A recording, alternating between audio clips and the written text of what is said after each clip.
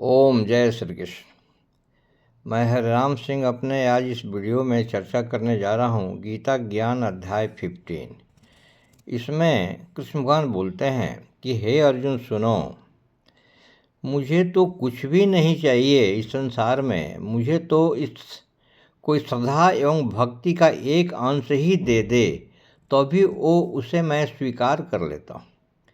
श्रद्धा में डूबे हुए एक आंसू का कतरा भी, एक आंसू का भी मुझे सराबोर कर देता है। भक्ति अथवा पश्चाताप का एक आंसू भी चाहे आदमी कोई हमको समर्पित कर दे तो लाखों पापों से किया हुआ व्यक्ति भी उसे मैं निष्पाप कर देता हूँ। मनुष्य चाहे जितना भी पाप क्यों न किया हो, फिर भी मैं उसे पश्चाताप के एक आंसू से नवजात शिशु की तरह उसे निष्पाप कर देता हूँ, उसका कल्याण करता हूँ, उसको मुक्ति देता हूँ। लेकिन एक शर्त है अर्जुन, और शर्त वो ये है कि मुझे पूर्ण श्रद्धा और पूर्ण भक्ति को और सारे कर्मों को मेरे लिए समर्पित कर दे तो मेरे ऐसे भक्तों को सब कुछ भुलाकर मैं उसे मुक्ति देता हूँ। हाँ अर्जुन, एक बात कहूँ कि भक्ति का रास्ता इतना ऊंचा है कि मैं स्वयं भी अपने भक्तों का भक्त बन जाता हूँ। हे केशव, तुम परमात्मा होकर भी अपने भक्तों का अगर भक्त बन जाओगे तो ये कैसे हो सकता है? यदि परमात्मा भी अपने भक्तों का भक्त हो जाएगा तो दोनों में क्या अंतर रह जाएगा? कोई भी अंतर नहीं रह जाएगा। मैं अंतर करना भी नहीं चाहता हूँ।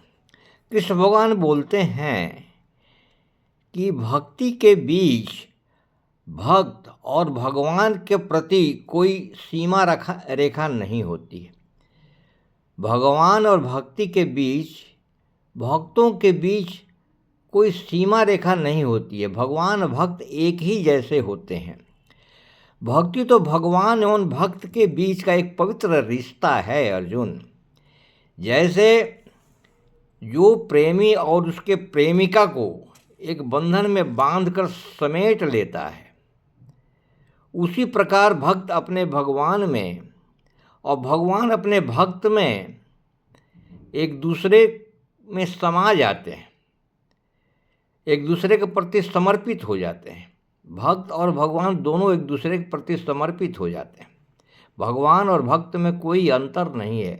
कोई हमको भक्ति करता है, मैं उसको सह स्वीकार करता हूँ, और भगवान भी भक्त का भक्ति करते हैं।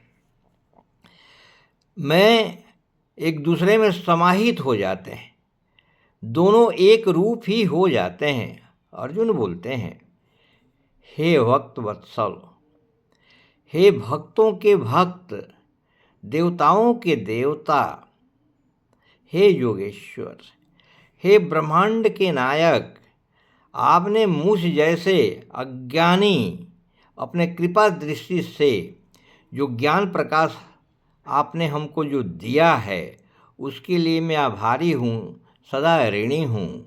इतना आभारी आपने किया है कि आप अगर लाखों वर्षों तक मैं आपके चरणों में सिर नवाता रहूं, सिर टेकता रहूं, तो भी मैं उस लाखों वर्ष के प्रति भी मैं अधूरा ही रहूँगा। मैं ऐसे उपकार को कभी भूल नहीं सकता। आप हमने ज्ञान को, प्रकाश को देकर मुझे ज्ञानान्वित कर दिए हैं, हमको प्रकाशमय कर दिए हैं।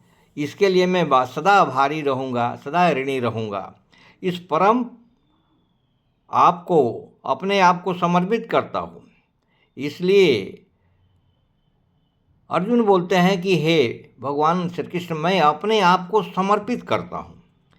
ये सब कुछ आपके दया का दान था। तो किसी कारण आपको मैं अगर धक्का पहुँचाया है, किसी कारण से मैं आपको धक्का पहुँचाया है, अगर हमसे कोई भूल हो गई है तो हे भक्तवत्सल, हे दया के सागर, मुझे क्षमा कर दीजिए और मेरा विनम्र समर्पण को स्वीकार कर लीजिए और मुझे कृपा कर अनुग्रहित करिए। इस तरह इस अध्याय से हमको जो लेसन मिलता है कि जिस प्रकार अर्जुन अपने केशव को अपने प्रति समर्पित किया है अर्जुन ने, उस प्रकार हर आदमी अपने परिवार में, अपने वृद्धजन में कोई अपने आप को समर्पित करे, सदा भाव सिर्फ रखे, तो उसको सदा भाव ही चाहिए, उसको और किसी चीज़ की तमन्ना नहीं होती है।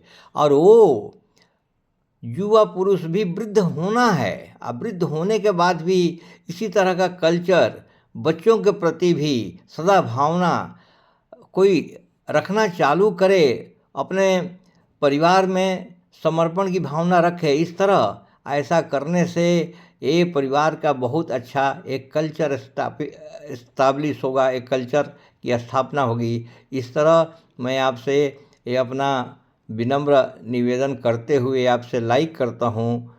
आप शेयर करें, सब्सक्राइब करें, लाइक करें। Thank you very much. जय हिंद, जय भारत।